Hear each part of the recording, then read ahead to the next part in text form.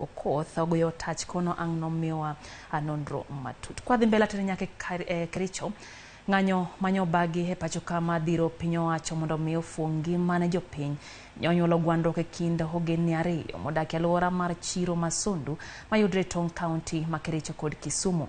County Komishona ma Kericho Lweny oyango ni jal moro ma jahigni 38 manyo chuo gi asere nyowito ngimane e othieth ma Sigowet.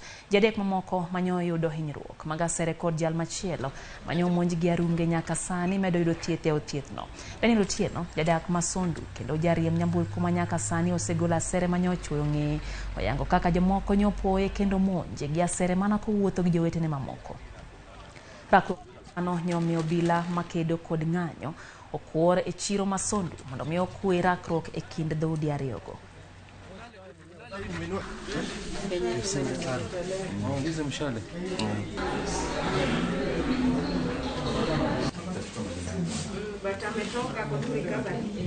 Nilikuwa nimeenda kununua lunch and I met a group of people.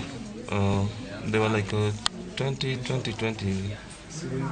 So ni venye tumezaliwa Sondu, mimi venye nilikuwa nimefika hapo hivyo wakatuambia tukae chini, so they started just kutupiga tu, so we tukakimbia. So hapo kukimbia ndio tukarushiwa mshale.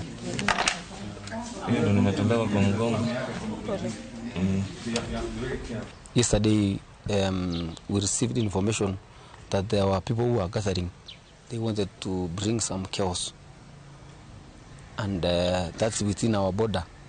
We are bordering 3 other counties in Sondu, so we received 1 death at the end of the exercise, and 4 injured. 1 was discharged, 3 critically injured. We are monitoring the situation today. We expect it will not be as bad as yesterday. Jatan migao mararita Kithure Kindiki oseotulo mano